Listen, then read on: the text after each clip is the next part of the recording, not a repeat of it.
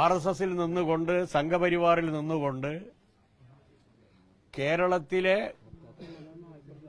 ഒരു രാഷ്ട്രീയ നേതാവും പരാമർശിക്കാത്ത രൂപത്തിലുള്ള കാര്യങ്ങൾ, വിഷലിപ്തമായിട്ടുള്ള കാര്യങ്ങൾ, നമ്മളെല്ലാം അത്ഭുതപ്പെടുത്തുന്ന രൂപത്തിൽ മതന്യൂനപക്ഷത്തിനെതിരായി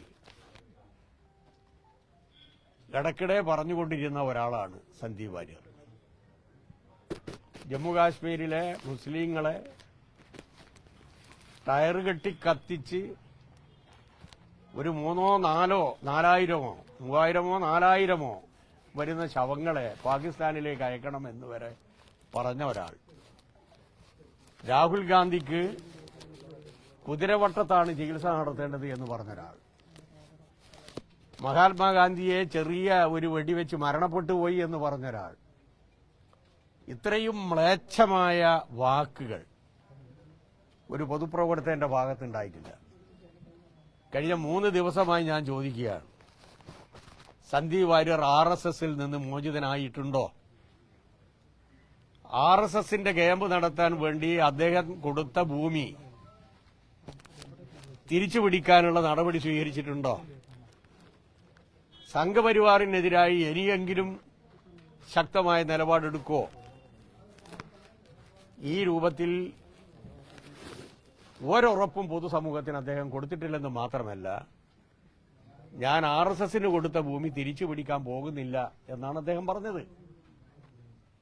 അതിന്റെ ഇടയിലാണ് ബഹുമാനപ്പെട്ട സാദിഖ് അലി ശിഹാബ് തങ്ങളെ കണ്ടതും ഇന്ന് മുത്തുക്കോയ ജിഫ്രി തങ്ങളെ കാണുന്നതും. ഒരു രൂപത്തിലും ഈ കറപറ്റിയ അശുദ്ധമായ കയ്യെ അറേബ്യയിലെ എല്ലാ സുഗന്ധദ്രവ്യങ്ങൾ കൊണ്ട് കഴുകിയാലും ഇല്ലാതാക്കാൻ കഴിയില്ല എന്നുള്ളതിന്റെ തെളിവാണ് മതന്യൂനപക്ഷങ്ങളിൽ, പ്രത്യേകിച്ച് ഞങ്ങൾക്കൊന്നും ഒരു സ്വാധീനവുമില്ലാത്ത സ്ഥലങ്ങളിൽ പോലും വളരെ വികാരവായ്പോട് കൂടിയിട്ടുള്ള സ്വീകാര്യത ഇടതുപക്ഷ ജനാധിപത്യ മുന്നണിക്ക് ലഭിക്കുന്നത്. ഇനിയെങ്കിലും കോൺഗ്രസിന്റെ നേതൃത്വവും മുസ്ലിം ലീഗിന്റെ നേതൃത്വവും പ്രഖ്യാപിക്കണം. അതായത് സന്ദീപ് വാര്യർ കോൺഗ്രസിന്റെ പ്രവർത്തകനാണ്, ആർഎസ്എസുമായിട്ടുള്ള ബന്ധം അദ്ദേഹം വിച്ഛേദിച്ചിരിക്കുന്നു. കാലം ഇതുവരെയായി അദ്ദേഹം പറഞ്ഞ കാര്യങ്ങൾ ഹിന്ദുത്വ വർഗീയ ഫാസിസ്റ്റ് ആശയവുമായി ബന്ധപ്പെട്ടുകൊണ്ട് മതന്യൂനപക്ഷത്തിനെതിരായി അദ്ദേഹം നടത്തിയിട്ടുള്ള പരാമർശങ്ങൾ പിൻവലിച്ചിരിക്കുന്നു. ഇതെങ്കിലും പൊതുസമൂഹത്തോട് പറയണം. വലിയ തിരിച്ചടിയായിരിക്കും ഈ തെരഞ്ഞെടുപ്പിൽ രാഹുൽ മാങ്കൂട്ടത്തിന് ലഭിക്കാൻ പോകുന്നത്. രാഹുൽ മാങ്കൂട്ടവും സന്ദീപ് വാര്യറും നടത്തിയിട്ടുള്ള ഈ ഗൂഢാലോചന കേരളീയ പൊതുസമൂഹം തിരിച്ചറിയുകയാണ്, ഈ മണ്ഡലത്തിലെ ജനത തിരിച്ചറിയുകയാണ്. അതിന്റെ ഭാഗമായിട്ടാണ് സാധാരണ നിലയിൽ ഒരു ആർഎസ്എസിന്റെ ശക്തനായിട്ടുള്ള ഒരു വക്താവ് കോൺഗ്രസിൽ പോയാൽ ശക്തമായി ആർഎസ്എസ് പ്രതികരിക്കണം.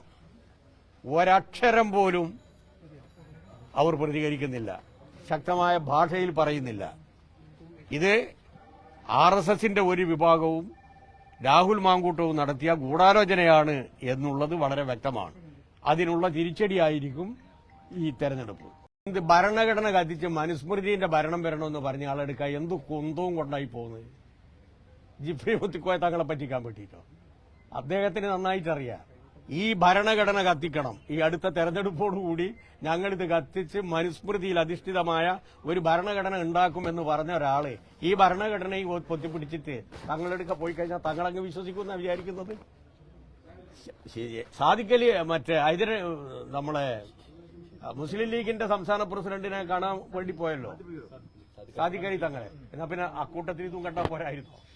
അപ്പൊ തിരിച്ചു വന്നതിന് ശേഷം കോൺഗ്രസ്സുകാർ പറഞ്ഞു കൊടുത്ത് പോരാ. അതെ, അതുകൊണ്ടെന്താ ഇങ്ങോട്ടേക്ക് തിരിച്ചു വന്നിട്ട് വീണ്ടും പോണോ?